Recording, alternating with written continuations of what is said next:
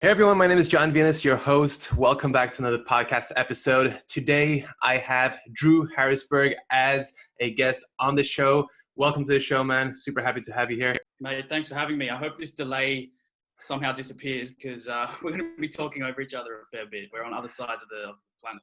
Yeah, complete other sides. You're in Australia, right? And I'm in Spain and Europe. So it's long distance for sure. So Drew, tell me a little bit about yourself in terms of what you're all about. I know that, I know your journey personally from listening to a couple of episodes on the Plan Proof podcast. I've checked out your Instagram, been following you for maybe about a year. And you post a lot of amazing things. And, you're really passionate about what you do. So bring us back, tell us what you're all about, and we'll go from there. All right. So I've had an interesting journey. When I was 21 years old, I graduated from university a couple of years before that as an exercise physiologist, and I was working in sort of the science realm. And when I was 21, I got diagnosed with type 1 diabetes, which was something that came out of nowhere. I felt at the time, I felt completely invincible. I felt like, no stopping me. I was training hard, playing a lot of sport, just living a damn good life. And then, like I said, all of a sudden, nowhere, type 1 diabetes diagnosis, which certainly rocked my world. It swept the foundations away. And I had to figure out my identity again, and just go through a process of sort of grieving and basically figure out that I could still live a healthy life, even though I had this long-term chronic disease that I had to manage. It wasn't going to stop me. And I basically went on a series of experiments over the years, these like little self-experiments where I was figuring out, how to move my body, what to eat, all these little tips and tricks throughout the day that would help me manage my diabetes. And one of the sort of the biggest things that I found was the more I experimented with different foods, the bigger the more I could learn about how different types of foods and ways of eating would directly impact my diabetes management. The first thing I found was actually the Paleo Diet, which now that I think about it, when I look back, it's not too, dissimilar to a plant-based diet. It's like a whole food diet. It eliminates processed junk food. It does eliminate grains and it does eliminate legumes, but for the most part, it's like fruit, vegetables, nuts and seeds. And then depending on how you want to do it, certain amounts of, fish, beef, chicken, and there's no dairy in a paleo diet either. So it's actually like, ever go back to any diet, I would probably go towards something like that. But anyway, I did the paleo diet and I sort of stuck to it for like 7 years. And the reason I stuck to it so long was because I was getting some really results. So my insulin requirements started to drop quite drastically, almost immediately. So, within, I'd say probably like 6 months of being on a paleo diet, my requirements went down by 70%, which was huge, especially for someone newly diagnosed. I had no idea that was even possible to reduce your insulin requirements. I thought that when you're diagnosed, there's like a certain dose of medication you're meant to take, medication being insulin, the hormone, and that would be for the rest of your life. In fact, I was actually told that it would probably go up, if anything, that I would need more and more insulin as I get older and older. So to have that go backwards and go sort of against the conventional medical wisdom was like really like empowering and exciting because I felt like I'm in control. I was like, you know what, I don't have to be a slave to this system. I can steer the ship. So it was kind of exciting. 7 years eating on a paleo diet. Carb intake was probably like 50 grams per day to about 150 per day, depending on activity levels and just what I wanted to eat. And then I started like an Instagram account and I was sharing my journey, and I developed somewhat of a following in the diabetes community, and I kept getting asked questions from people, about what my thoughts are on a keto diet. And at that point, I'd never really tried it. So I was like, you know what? I can't answer these questions. I can't give any advice unless I've done it myself. Right. I was like, it's good to go, and I heard good things. A lot of the diabetic community were talking about, the keto diet being this like incredible way to manage diabetes and pretty much get off your insulin almost. Very low insulin requirements. So I was like, I'll give it a crack. If people are talking positives, I'll try it out. So I started a keto diet. And 2 months in, I was like raving about it online. Like I was posting about it. I was like, I thought it was the best thing. It was amazing because my insulin requirements have been lower. You know, I had this flat line blood glucose control, and you know, I was still training hard. I felt like I was retaining my muscle. I just felt good. Like I really did feel good. So I was raving about it. I was like a keto proponent. Although I will say at the time I did announce that even though it was working really well, that I knew not to get attached to it, because just having experimented with so many things in the past, your body can change, things can change. And that's what happened. So 2 months later, I hit a hurdle that I didn't see coming, which led me to a point where my diabetes management was by far the worst it had ever been in the 8 years that I'd had diabetes, where my insulin requirement started to increase. I needed more and more insulin. And there's two types of insulin that you take with type 1 diabetes. There's this basal dose, which is like a background insulin. And then there's like a mealtime insulin. And I noticed that both of those were going up. And not only were they increasing in terms of how much I needed, but they weren't even working. So like the effectiveness of each dose, it sucked. Couldn't get the results or the outcome that I was expecting. So if, let's say, for example, you know, I woke up in the morning and overnight my blood sugar elevated, you know, really high, because that's what was happening when I was keto. My overnight blood sugar control was really bad. Like I'd wake up and my glucose level was 14 and it's meant to be 4 to 6.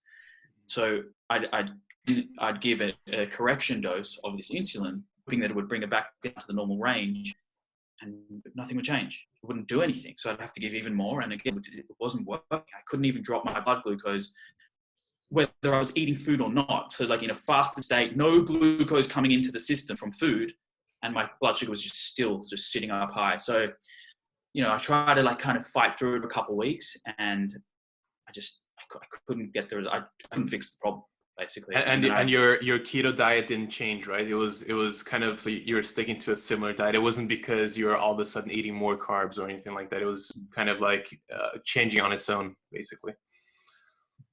It did not change at all. My macros were the same. 70% of my diet was fat. You know, small 5 to 10% max was from carbohydrates, and the type of carbohydrates. It's not like I was eating sweet potato and stuff. It was like accumulating through greens and salads and you know, yeah, vegetables. Barely eating carbohydrates. And I would say that I was actually on, like, I don't want to say a healthy keto diet, but a less junk food keto. Like I wasn't eating eggs. I wasn't having butter in my coffee. Like none of that. I was having avocado. I was having some eggs. I was having like salmon and grass-fed beef and, you know, organic free-range chicken, all that stuff. It's, you know, I wasn't like having junk keto. So to see it change was very concerning, and it was just an indication that something in my body, my physiology had changed, and I had to sort of make a response. I'll just go back a step. So 2 months in, when I was raving about the whole keto thing online, Simon Hill reached out to me in a private message and kind of said, "Hey man, I've seen you doing keto. Have you ever thought about like trying plant?" He actually wrote, "Have you ever thought about trying?" And he wrote WFPB, whole food plant-based. But I'd never heard of it. I didn't even know what the abbreviation was. I was like, WFPB, what the hell is that? So I had to like Google it to find out. And I was like, no, I've never thought of trying that. I'm like, why would I try that if keto is working so well? Like that's crazy, you know, well, what's the point in changing it? And then he sent me some lecture slides of a doctor who was talking about how saturated fat can really interfere with diabetes and insulin sensitivity and all that sort of stuff. So when I hit that roadblock later on, I remembered that conversation. I was like, you know, it's time.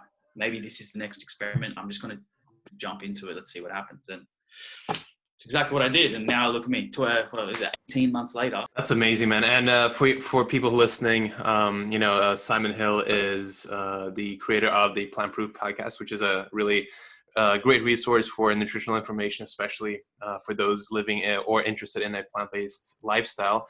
And this is such a fascinating story. And, you know, it's because I've been doing this for, you know, a while. For me, it still, you know, shocks me that this information is still kind of new to most people, right? Like even I'm assuming the medical establishment is still, you know, recommending a lower carb diet rather than even advising anything to do with plant-based eating, right? So it still comes as a shock that the medical industry, or no one in the space, in the diabetes community is, I mean, some people are, but not a lot of people are proponents of the plant-based diets for diabetes management, right? So I think what you're doing is really cool. And I think a good place to start would be in terms of the actual keto diet, because it is a low carb diet, because it is something that kind of resembles more of what someone would recommend people with diabetes to follow. What would be the main criticism that you get now from people from the keto camp that you were once part of? And what are the biggest things that you've learned from that? I guess the path of logic that the keto crew go down makes sense, because if diabetes is a disease where you can't tolerate carbohydrates, then eliminating them altogether means that you just take that variable out, and you should have flat line blood glucose levels, which is kind of true to a point. It's true. So the thing is that when you remove carbohydrates from the diet, and follow a strict keto diet, yes, you can eliminate spikes in blood glucose. You can achieve flatline levels, but that doesn't really tell you that much about your insulin sensitivity, which is a measurement that's a very important measurement for people with diabetes, type 1 and type 2, everyone, in fact, even people without diabetes. What we want is to have a state of our physiology is sensitive to small amounts of insulin. So you can have a little bit of insulin, which allows for a larger amount of glucose to enter the muscle and liver cells, right? When you're keto and you don't eat carbs, yeah, sure, you don't need much insulin because you're not challenging the system with carbohydrates. That doesn't tell you that when you do eat carbohydrates, then what's your sensitivity like? Then maybe you're going to need even more insulin than someone who's on a higher carbohydrate diet, which is what you find. And you see it in the literature. People who are on a higher carb, lower fat, like a truly low fat diet, something more on a plant-based spectrum where it's 15% of your calories from fat, which is pretty low. When you have diabetes, people will do that to improve their health. They'll go for that 15%. I personally don't, but because even at 20% you can get great results. But when you do drop your fats low enough and eat enough carbohydrates, fantastic insulin sensitivity, which is exactly what I saw when I went keto to plant-based, was the best it's ever been in 10 years of diabetes. Like even today, right now, it's the best it's ever been. I've been plant-based 18 months, where 1 unit of insulin can allow me to eat 20 to 30, sometimes even more carbs. So if I look at a meal and there's, say, I don't know, like 90 grams of carbs, I might only need 3 units of insulin, whilst keto and decided to eat a meal like that. So let's say like a reset meal. Not that I was even that, but if theoretically, if I go for 6 months and I was like, I'm going to have a meal, I'm going to have a carb refeed, my ratio would be like 1 to 6 or 1 to 5 compared to 1 to 30, right? So you need way more insulin. So, the keto proponents, I never did it wrong, so to speak, because I was eating the macros that I was supposed to eat on that diet, and I was in ketosis. I checked with blood ketone meters. It's just that over time, your body becomes less insulin sensitive. And, when you're eating so much saturated fat, because I was eating quite a bit of coconut oil and stuff like that, you can develop a buildup of lipids, or like a droplet in your muscle cells, which just interferes with the signaling of insulin. So, their rationale is, well, you just don't eat carbs at all.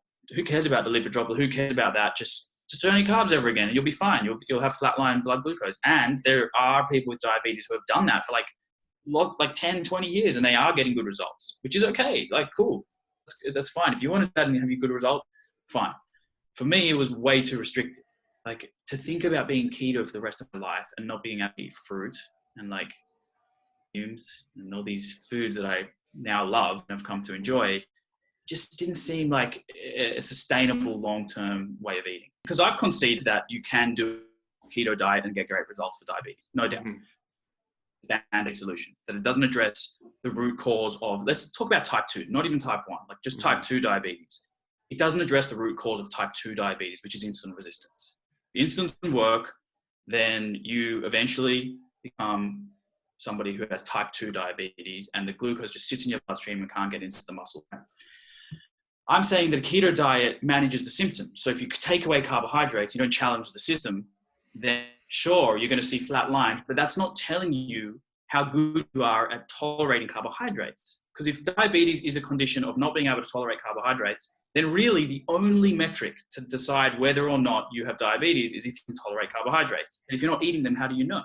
Keto version is a very good way to manage the symptoms, but you're not addressing the root cause. Because as soon as you eat a banana or whatever it is, you might just spike again, and then, oh, my diabetes came back.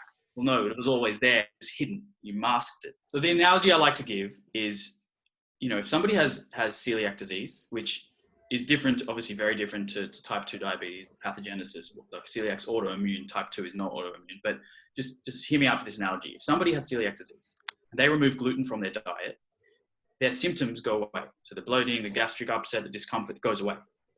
But they wouldn't say that they have cured celiac disease. They have just managed the symptoms. Now, if you have type 2 diabetes and you remove carbohydrates, then you've also just removed trigger.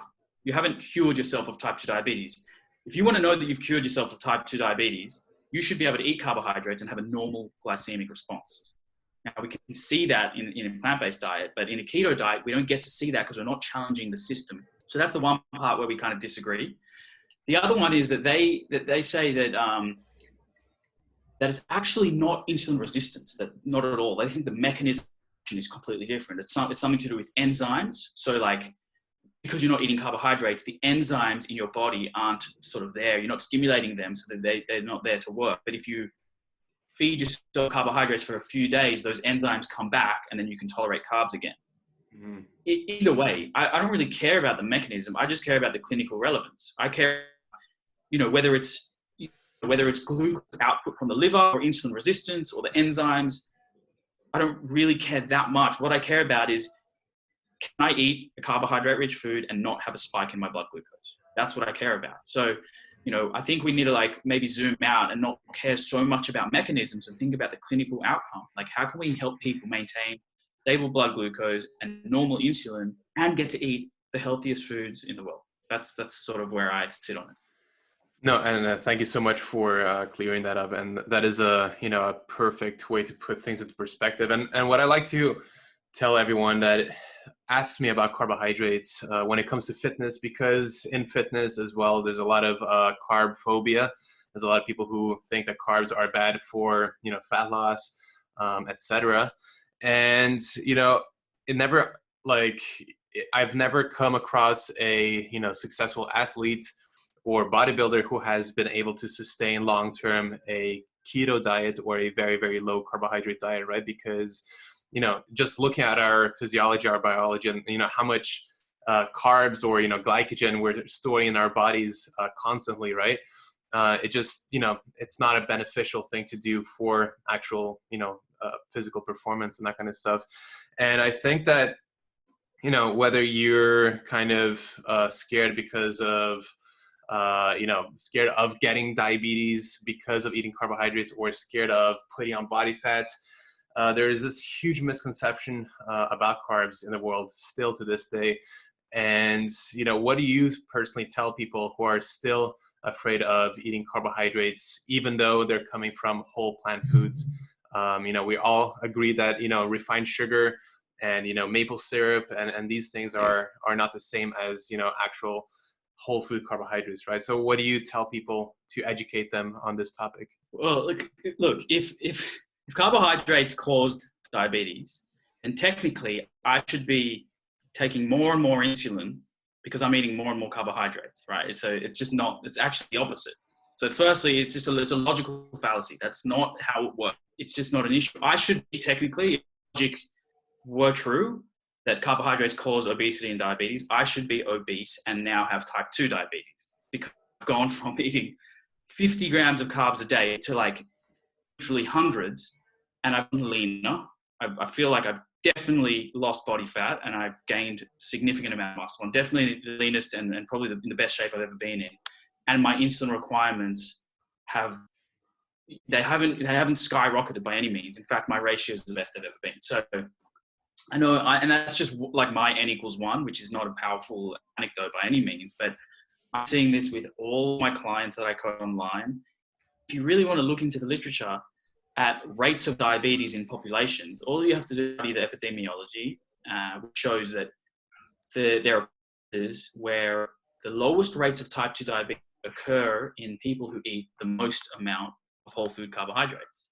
So it's just like 70% of their diet from carbohydrates.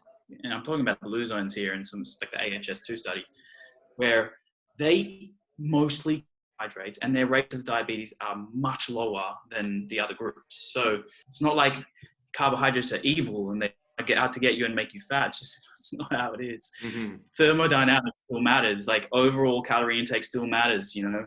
And I don't like people to count calories or think about their day with like a calorie calculator or anything. You can still eat intuitively, but you know, when you're eating whole foods, they are naturally higher in carbohydrates and lower in fat.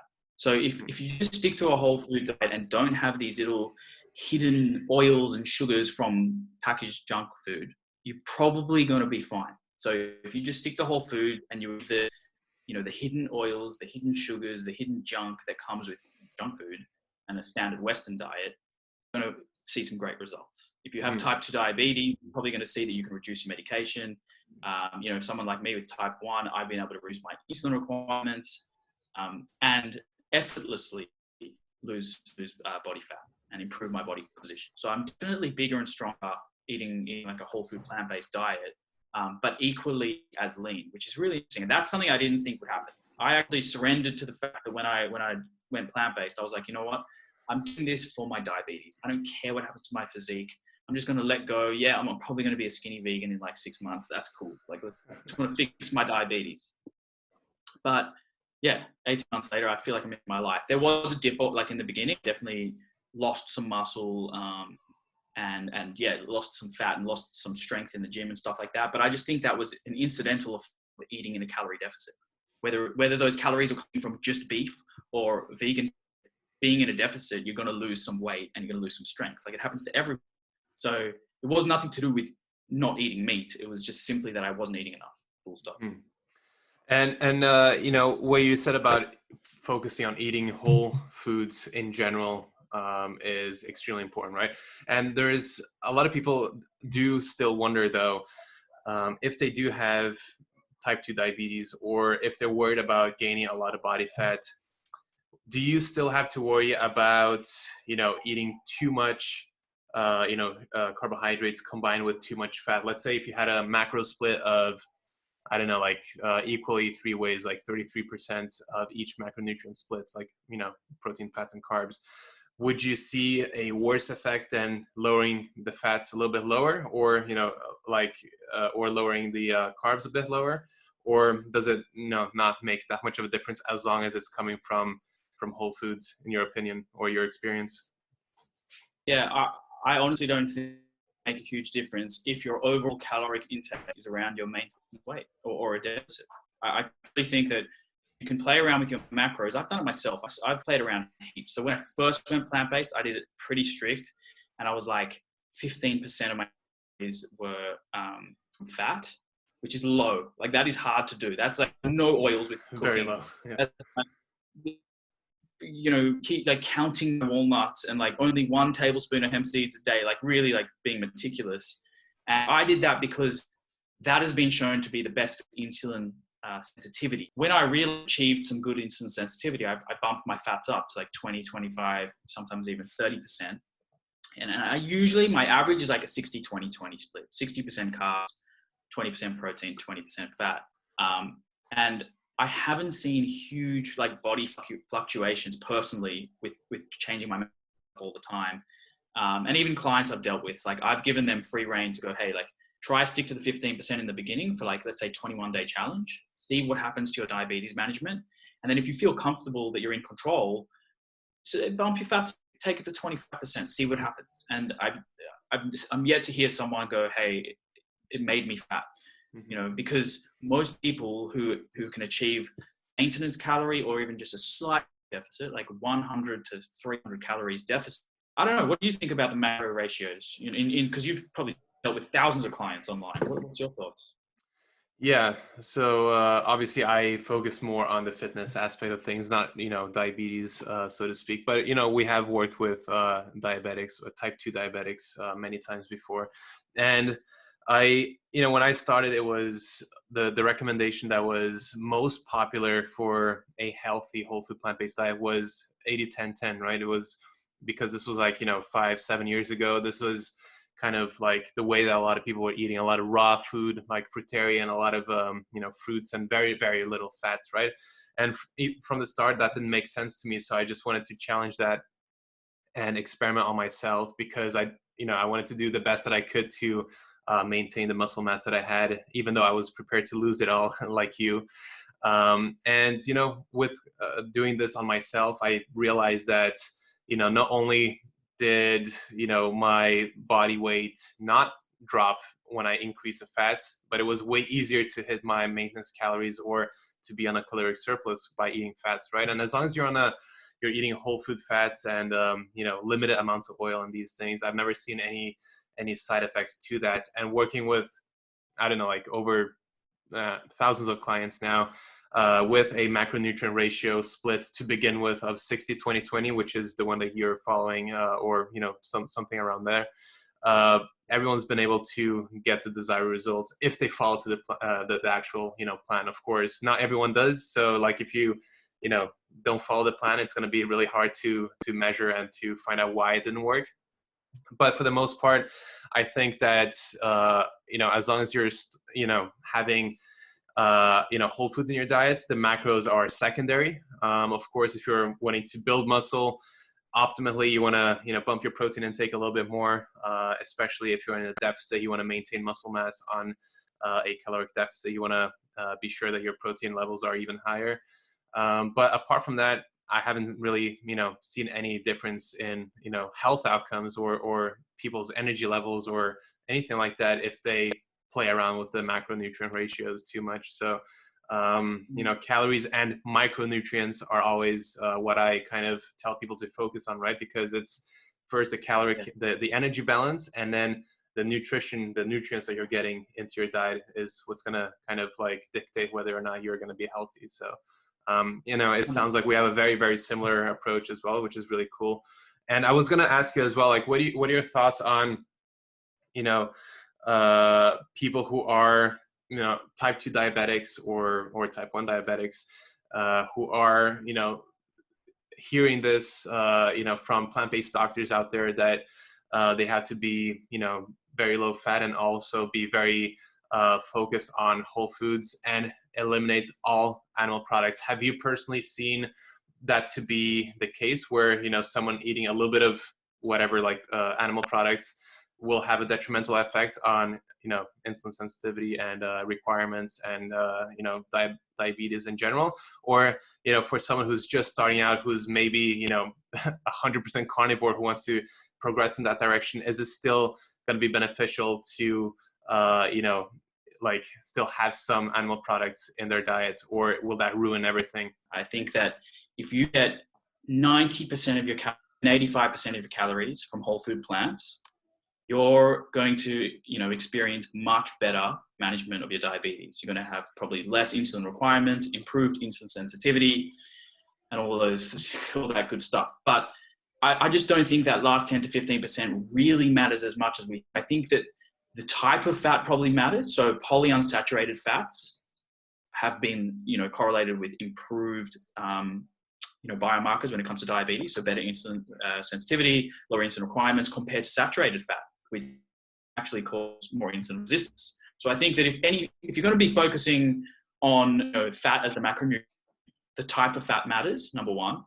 Number two is, if you are going to be eating, some higher fat foods and maybe saturated fats, the combinations actually do matter. So if you eat higher fat meal and you have higher carbs at that same meal, so the nutrient combinations at that meal can have on your insulin requirements. So what I like to say is, if let's say you're transitioning, you want to go mostly plant-based, but you love eggs, and you're used to having like 3 egg omelet, and then you have like a couple of pieces of sourdough toast and maybe it's like an orange juice for breakfast, right?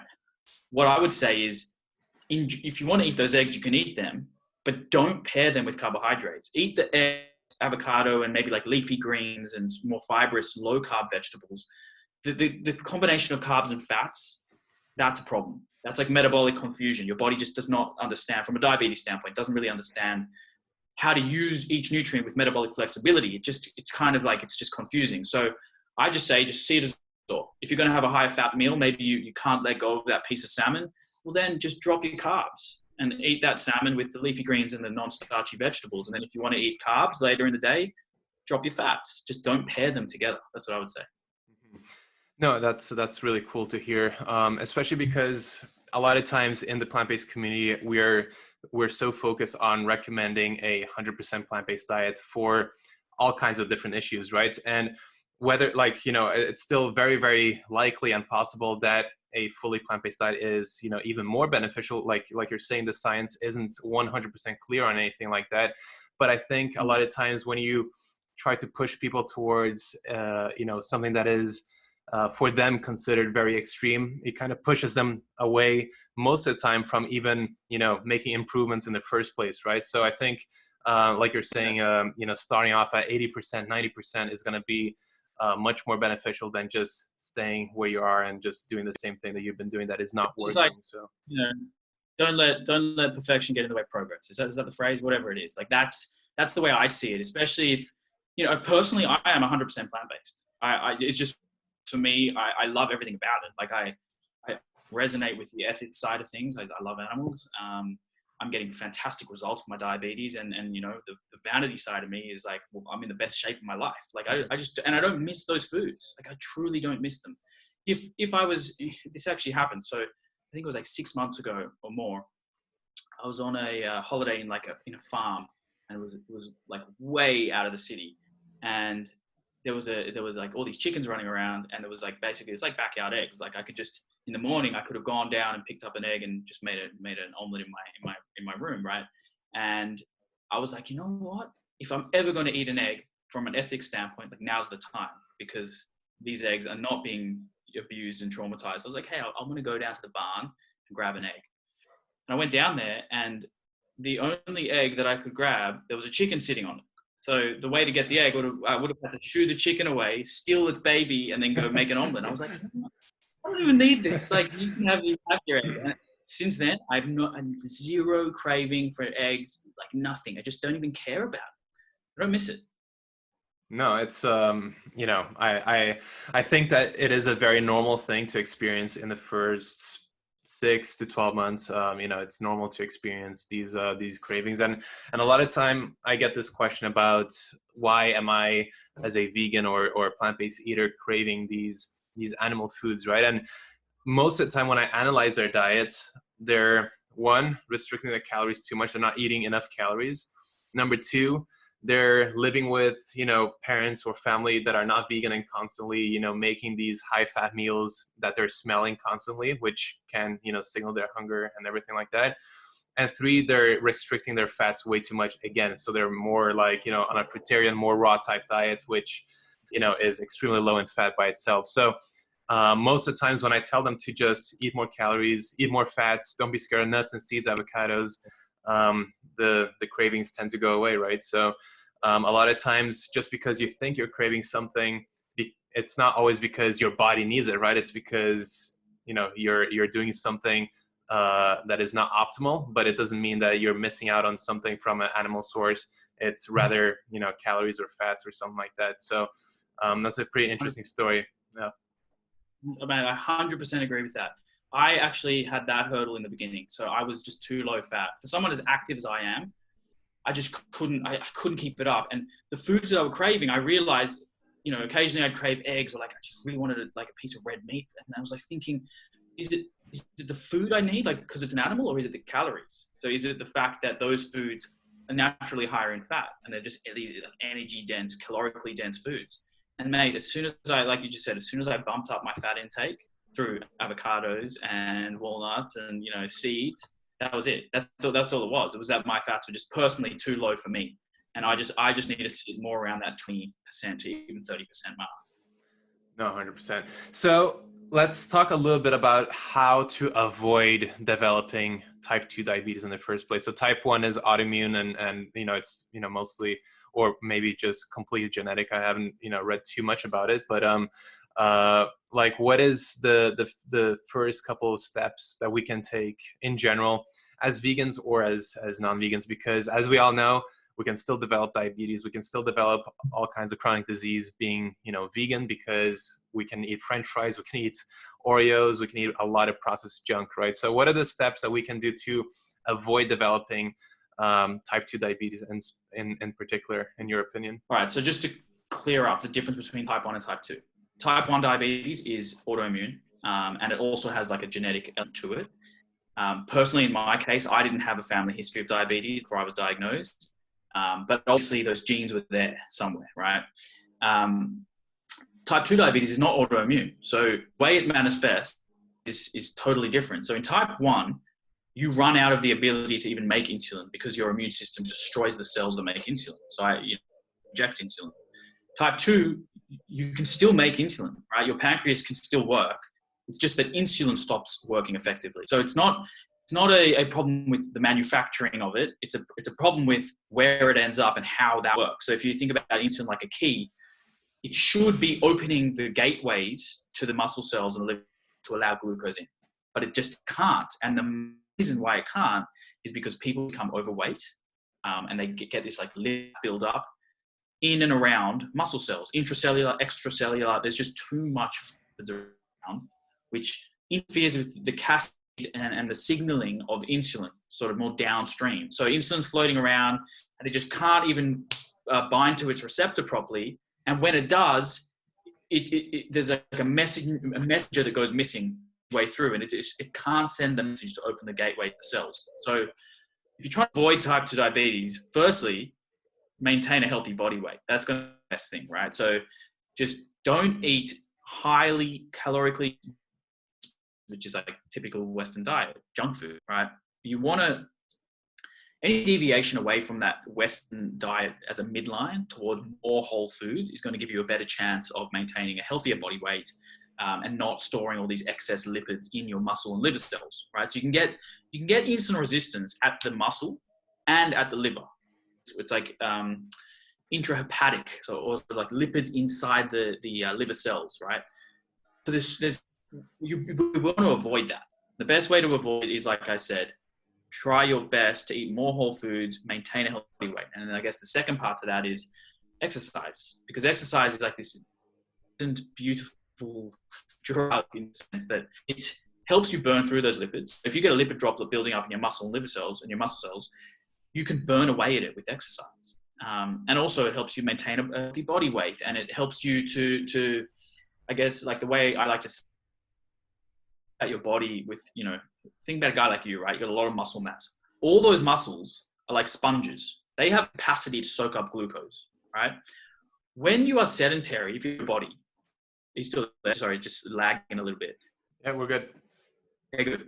If you don't move your body, right, and your muscles become saturated, full of glucose, right, from the food we eat, or like a carbohydrates we eat, you become basically your body becomes so glycogen replenished. There's no space to store glucose. But exercise is like a way of squeezing out the sponge, right? All you have to do is contract your muscles. So go do a gym workout, do a body weight workout, run up a hill, run up a flight of stairs. Those sorts of things contract muscles and squeeze out the glucose from your muscles. So it's like squeezing that sponge dry, and then you're ready to soak up some more. So really your best bet is just be as active, physically active as possible, but also don't just rely on like typical cardio. That's where most people go wrong, honestly. They think that cardio is the best way to manage diabetes because you're in the fat burning zone and all this stuff. That is actually not entirely true. Resistance training, in particular, like more of that hypertrophy, sort of like bodybuilding rep range, is a really good way to sensitize the body to insulin and to squeeze that glycogen and make those sponges dry and able to soak up glucose. So I think people should focus on strength training, like resistance training. It can be body weight, it could be, TRX or rings, it could be dumbbells, barbells, kettlebells, you name it, but like put some force through your muscles, like really feel that burn. So Drew, what you're posting on social media is a lot of, inspiring posts about just your lifestyle, your training, your nutrition, of course, your journey. What is your mission right now? Like, what are you, looking to do with your social media reach? And, do you have any particular goals that you're trying to achieve right now? And my mission is so simple. It's so simple it even hurts to say. It is just to improve the lives of people so they can be happier and healthier. Like, it is as simple as that. And that is with no agenda, no vegan agenda, no plant-based agenda. Like, I'll work with you where you're at. I'll meet you where you're at. But my mission is just to help. I just want people to be happy and healthy, because I know that I came from one of the most privileged upbringings. I come from a family of doctors. I have access to like the smartest minds in the medical field. And even though all of that was on my side, I still had no idea how to manage diabetes. I didn't know what it was. It was the hardest thing ever. I felt completely alone. It took me years of self-experimentation to figure out this, form to speak that's really working. So I just want to share that, because if I was coming from a privileged point, with all this support, imagine people who aren't in the position that I'm in, and they just have no idea where to start, where to begin, how do I do this? Because, man, diabetes is hard. It is a full-time job. The complications long-term are frightening, kidney disease, blindness, amputations, like it's no joke. So I don't want people to live in fear. I want people to basically hopefully see through my social media that you can have the best life ever. You don't have to live in fear. Don't let fear be your motivator to like stay healthy. Rather, use the joy of the workout and eating a healthy meal. The feelings you get, the endorphin like rush that you get from those things, let that be the motivator that keeps you going. So I just want to basically share everything I learned, openly, honestly. Like I said, no label genders. I just want to find the truth and just share it as I go. And I have to say, there's times I make mistakes for sure. Like, I feel sorry for people, that I was saying, hey, keto is the best thing you can ever do for diabetes back in the day. I was wrong. Like, it can be a tool, but, it's not the best thing. There's multiple tools, and I'm going to try to present all of them. Mm-hmm. And in terms of your, plant-based journey, of course, you started because of health reasons and that kind of stuff. But have you also found the more that you look into it, the more you research the environmental side of things, the ethical side of things, has that helped you kind of like, motivate you to stick to it even longer? Or would you still be on a fully plant-based diet, regardless of the ethical and the environmental aspect of things? Because that is something that I've always wanted to know as well, because a lot of people go vegan or plant-based for one reason, and then it kind of all blends in together. So how has that been for you? Definitely started as just purely health. I didn't even understand really impact of a way of eating on the environment and on animals. I fell for the marketing of happy chickens, happy cows, all that sort of stuff. And it's just, I was so disconnected. And I have evolved so much over the last 18 months, where I would say that health, animal ethics, environmental sustainability, they kind of go in different ways.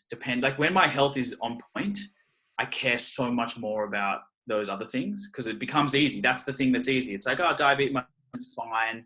I don't really have to put that much attention and focus onto it, because everything's going well. I'm like thinking about, well, this is so good for the environment and, animal ethics. And then, it just keeps changing. It's just kind of blending and morphing in now. I think I'm probably like most people, where you start for one reason, and then all three, the three main pillars seem to just hold you up. Mm-hmm.